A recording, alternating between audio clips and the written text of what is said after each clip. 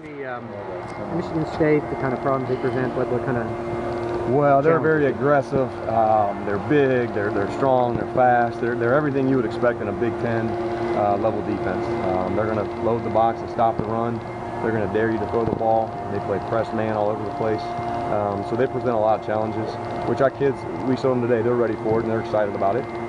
So it'll be up to us to go out and execute and come through for us. The communication between quarterback and receiver when they blitz, maybe some routes have to be adjusted. How key is that? Yeah, we're not going to do a lot of that. We just kind of follow our base rules, things we've been practicing for a long time. Coach Wilson talked after the game that they'd go back, you guys would go back, evaluate tape on, Cam and on Nate and find out, okay, who really did what here, basically. When you guys look back and look at the film, I guess, what did you guys kind of learn from that? As coaches, as soon as the game's over, you always think you played like crap. And it really wasn't as bad as we thought, to be honest with you. There were some plays out there we wish we had back, some throws they wish they had back, and really some decisions they wish they had back, but not as many as we originally thought. So some of it was receivers, some of it was protection, some of it was them. So, but we're certainly going to let those two guys compete it out and just find out exactly, who practices the best this week and who gives us the best chance to win. Do you see a rotation going? Not really. I don't think we want to do that. I think that we want to pick a guy and go with it. If a guy's hot, we'll ride him. If the guy's not, we'll put the other guy in. That's kind of where we are right now, where they're both giving us some good things. They're both doing some not so good things. So right now, we'll just find out each week how it goes. How encouraging was it to have some of your receivers go up and make some plays? Very encouraging. We've been making a big deal about that since fall camp, we call them competitive plays. And this week against Michigan State, every ball will be competitive. But very encouraging, very happy for those guys to make those plays. But again, we expect that from them, and they expect that from themselves. Cam had been pretty solid leading up till, their Saturday's game, basically. What did you see different from him, I guess? What did he kind of have a hard time with, maybe, that he hadn't had before? Nothing that he had a hard time with. I think he was maybe trying to do too much. And I think as a quarterback, I did that when I played. A lot of people do that. It's very common. And really, we got to the point in the second quarter where we had him come out just to settle him down. I said, just stand by me, let's just watch. Not that he was being punished or benched, but just to settle down. Just sometimes as a quarterback, you get a better feel of the game just when you can catch your breath, see exactly what's going on, settle yourself down, then go back out and play. But probably just trying to do more than he was supposed to. When you're in a situation where you maybe have a quarterback rotation, what do you got to do just to keep everybody's mind right so that they don't, if somebody gets pulled, they don't sort of melt down, I guess, that there's not a mental issue. We communicate about it, and we talk about it, and I think they both understand that, and they know that.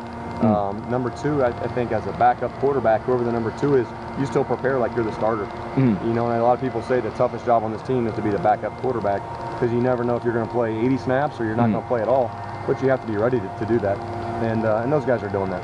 How much of a difference is there in terms of reps, between being third string and being second string, and how much has that made a difference for Nate, I guess? There's not a difference. They're both going to go out and get the same reps. I mean, third and second, not first and second. How much? My question is, how much has Nate had to do more the last 3 weeks than he had before, and how much has that sort of helped him evolve really quickly? Yeah. When Trey went down, then those two guys started splitting all the reps. So to us as an offense, the last 3 weeks, he's been getting ready, and he got ready all through August and 2 days. So we think that he's ready to go. You had that 3 and out after you got it within 8. What went wrong? Just a lack of execution. Quite honestly, we tried a little bubble screen, and Nate missed the throw. We came back with a run, which we threw a little receiver screen into the boundary, kind of threw it low. So now it's 3rd and 9. We're not in the position you want to be in. So it wasn't play calling. I just think we didn't execute our base fundamental techniques. When Kofi goes down, at that moment, it looked like he was probably going to be out. How surprised were you when he was back in the game that quickly? Well, I'm awful glad that he did come back. But yeah, you're right. I saw what you saw, and it looked like he was in some pain. But obviously, he was able to shake it off and move around. They put a brace on it, and he finished the game in a big-time way. So awful glad he did. What does Kofi bring to this offense? Probably the same thing that he did a year ago, and that's outstanding athleticism, speed, and strength. He's going to be one of our strongest wide receivers that we have. And the other thing, too, I think is pretty cool is he has that knowledge of a quarterback. So he sees the game almost like a quarterback does. He understands coverages, understands pass concepts, and really understands how to put the whole thing together. Is he one of the guys who can just make a play, just throw the ball up there, and he can get it? He showed that Saturday. Yeah, he certainly can. What part of Michigan State's defense sort of needs to be exploited on Saturday? I don't know. They're good all over the place. We're going to try to do the best we can, but I'm not sure that there's one area where identified last night that we need to go after. They're pretty stout all over the place. How has Kobe maybe changed? What are some of the biggest steps forward he's taken since last? He's grown more as a wide receiver, meaning a year ago it was almost like he's just a good athlete playing wide receiver. Now he's trying to become, I'm a wide receiver, and I understand all the ins and outs of how you run your routes and how you get off the press coverage, and I think he's done a much better job of those little things this year. Does it help kind of having him and Cody? I mean, with Cody healthy and I mean, Kobe's got the knee now, but the way he played on Saturday, yeah.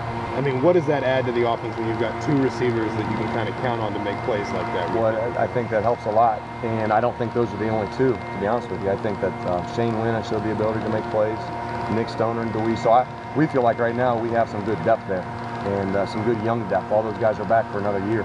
So we're excited about what that group can do for us. What does it say about Nate that he's been able to lead 2 second-half comebacks in 2 straight games? I think it says a lot about him, and it starts really, he was here in the summer, and he did a great job of building relationships with all the players.